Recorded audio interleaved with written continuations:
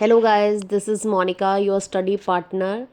Here I am again with the new video. I know आज मैं बहुत दिनों के बाद वीडियो पोस्ट कर रही हूँ, बट कोई बात नहीं, स्टार्ट करते हैं। अब और टाइम वेस्ट नहीं करते। आई होप आप लोग मुझे मिस कर रहे होंगे।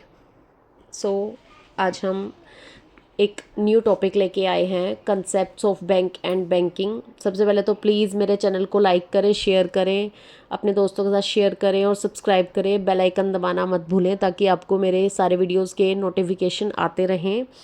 और मैं यहाँ पे हूँ ताकि आपकी स्टडी को ईज़ कर सकूँ और आपके एग्ज़ाम फियर को कम कर सकूँ। अगर आप अभी से स्टडी करेंगे तो आपको एग्ज़ाम में स्ट्रेस भी नहीं होगा। Let's start. Concept of bank and banking. इसके नाम से ही आपको पता लग रहा है कि आज हम पढ़ेंगे बैंक के बारे में। क्या होता है bank? Banking system is a major pillar of development for any nation. It is considered as the backbone of economy. जो बैंकिंग सिस्टम है वो मेजर पिलर है इकॉनमी का, एक तरह से बैकबोन है इकॉनमी की। In modern age banking constitutes the fundamental basis of economic growth.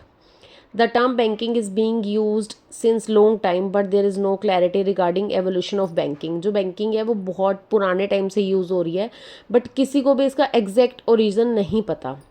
Some researchers believe that the origin of the word banks belong to the banki or to Greek word bank, which means banking.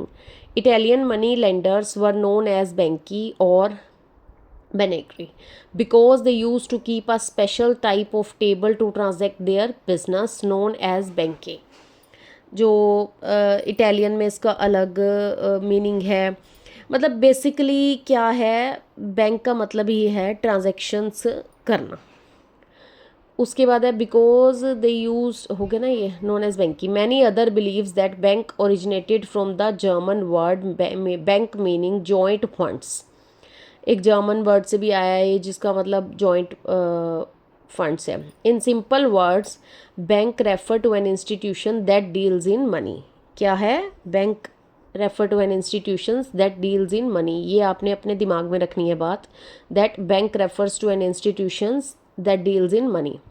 The institution accept deposit from the public and give loans to the needy ones. जो deposit लेता है public से और loan देता है needy ones को. These days, bank perform many other functions such as credit creation, agency role, merchant banker, remittance and payments, and many other auxiliary services. पहले क्या होता था, बैंक सिर्फ डिपॉजिट्स लेते थे और नीडीज़ को लोन दे देते थे. आज के टाइम में बैंक्स और भी बहुत काम करते हैं. क्रेडिट क्रिएट करते हैं, एजेंसी का रोल प्ले करते हैं, मर्चेंट बैंकर का रोल प्ले करते हैं, remittance and many other auxiliary services. In other words, bank is an institution which accepts the deposit, gives loan, create credits as a guarantee and factor and undertakes various other financial services. I hope आप सबको समझ आया होगा. Bank refers to an institution that deals in money is a major word that represents the bank. Whenever a bank comes in your mind, it is very simple. In simple words, you have to learn that bank is an institution which accept deposit and gives loan to the credit one. That's it. And performs various other auxiliary services. Now, our next topic is history and evolution of banking. In the Middle Ages, the Jewish money changers of a district of North Italy were used to do their business sitting on a bench in the marketplace. जो money changers हैं north Italy के, वो एक market place में बैठ के वहाँ पे बिजनेस ट्रांजैक्शन करते थे. The word bank seems to be originated from the French word bank and the Italy word banca. Both means bench. Probably the religious temples, इसको कई लोग एज इन की बेंची भी प्रोनाउन करते हैं, बैंक ई भी प्रोनाउन करते हैं. Means that depends on, basically the meaning is bank or bench. Probably the religious temple of an ancient world were the first bank which acts as a safe at the time to keep the gold. The temples were supposed to be the safest place to store their gold as they were sacred and constantly attended. पहले क्या होता था कि temples को safe माना जाता था क्योंकि वो भगवान की वहाँ पे भी थी और लगातार मतलब खुले रहते थे. But the gold lies idle there, वहाँ पे आइडल पड़ा रहता था, गोल्ड का यूज़ नहीं आता था। While other in the trading community और in government have desperate need of it, जबकि अदर्स गवर्नमेंट को कह लो चाहे अदर्स, उनको इनकी डेस्परेटली नीड थी। In the 18th century BC, the records of loan made by the priest of the temple were found in Babylon at the time of Hammurabi. Ancient Greece holds further evidence of banking. In addition to Greek temples, private and civic entities also conducted various financial transactions such as loan, deposit, etc. There was a provision of creating credit note for a money lender in one Greek port who uh, could encash the note of in the another city. Means वो लोग ऐसे करने लग गए कि एक जगह bank में से या एक जगह वो एक मनी क्रेडिट नोट बनाते थे मनी लेंडर से, उसको अगली सिटी में जाके उसको इनकैश कर लेते थे ताकि थेफ्ट का खतरा भी ना हो। दीज प्रैक्टिसेस में use to save the client from the damage of theft और by keep coinage with him on his journey, ताकि वो सिर्फ एक नोट लेके जा सके, उसको डर भी ना हो और वो दूसरी सिटी में जहाँ पे भी उसे जाना है जाके इनकैश करवा ले। 4th century BC, the banking practice of Greece were adopted and regularized by Rome. रोम ने भी वही practices follow करी. A debt can be discharged by paying the appropriate sum into a bank by 2nd century AD. The public notaries were appointed to register such transaction. उसके बाद public notaries appoint करी गई इन transaction को register करने के लिए. Chinese was the first to use paper bills in form of exchange notes in privately used bill that started carrying folding money during the Tang dynasty AD 618-907. इसमें Chinese people हैं वो सबसे पहले बने जिन्होंने इनको पेपर बिल्स को और एक्सचेंज नोट्स को यूज़ किया। ये हम बात कर रहे हैं 4th सेंचुरी की। अब हम बात करेंगे 12th and 13th century. The loan on interest was banned under Christian religion which provided an opportunity for banker और other religion to expand their business. The loan on interest was banned in the Christian community, but European community was in need of such funding for their prosperity. It provided an opportunity to the Jews who were barred from most other forms of employment, but their success and their extreme visibility as a religious sector bring dangers. The same case was of another group, the Knights Templar, who for a few years become bankers to the mighty. Means पहले क्या होता था 12th और 13th century में जो loan on interest was banned था Christian community में, और वो क्या करते थे which provided an opportunity for banker of other religion to expand their businesses. But European community को इसकी बहुत ज़्यादा नीड थी अपनी प्रोस्पेरिटी को बढ़ाने के लिए, और ये एक अपॉर्चुनिटी भी क्रिएट कर रहा था दूसरे रिलीजन्स के लिए कि यूज़ कर सकते हैं। But at the same time ये एक डेंजर भी था, it brings danger for as a religious sector. The same case was of another group as in की मतलब who for a few years become bankers to the mighty.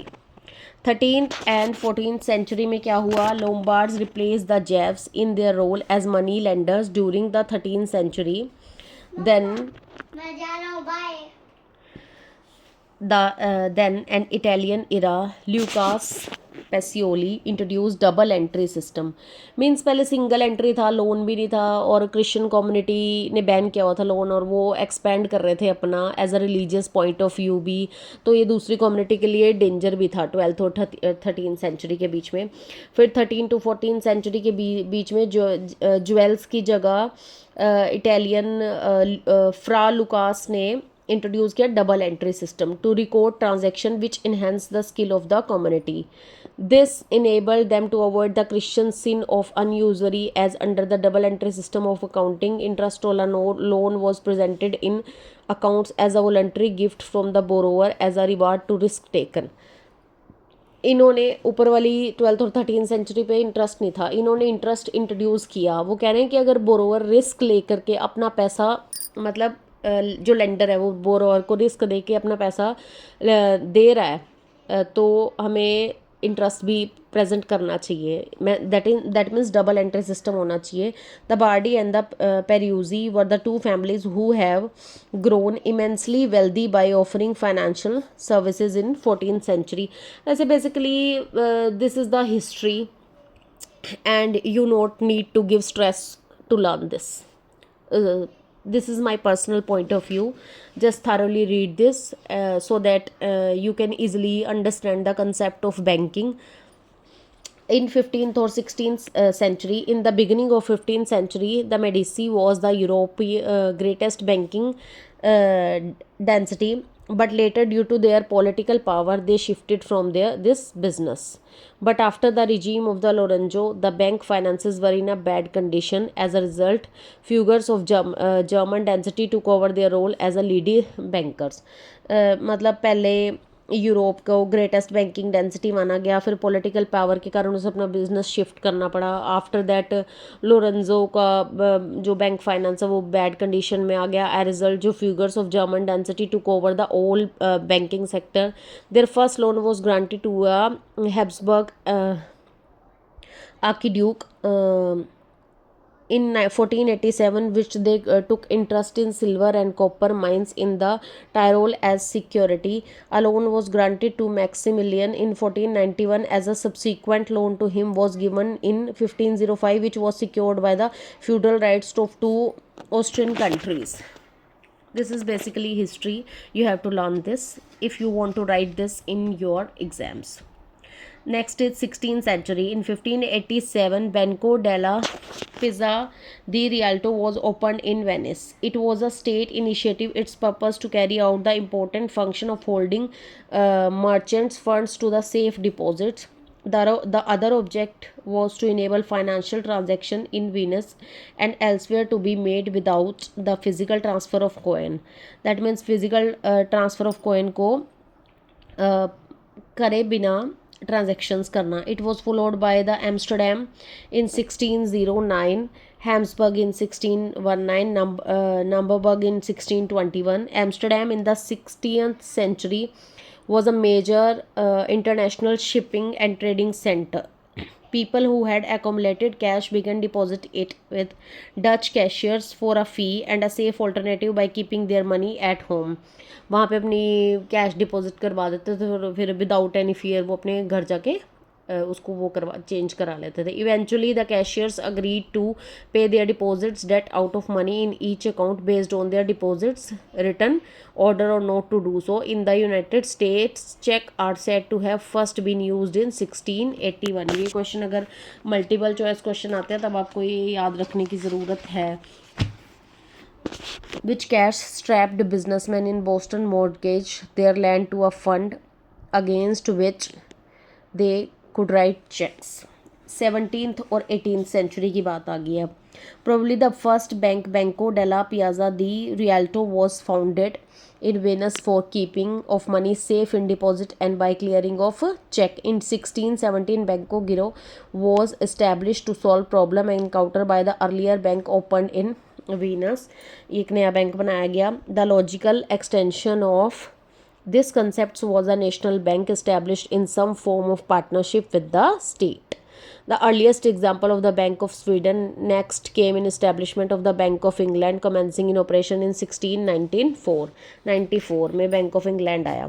The first printed check can be traced back in 1762 and it was initiated by the British banker Lawrence Childs. Daily clearing of check was started in around 1770 when bank clerks gathered to exchange check or settle the respective accounts. तब daily clearing हुई. Papers currency was also started in Europe in 17th century. Sweden was the first country in the Europe to print this currency. In 1656, John Palmstruch established the Stockholm Banco. It was a private bank having strong links within the state. Private bank भी जैसे आपको पता है आज भी कितने private bank हैं, HDFC, ICI, Kotak, उस टाइम पे भी होते थे.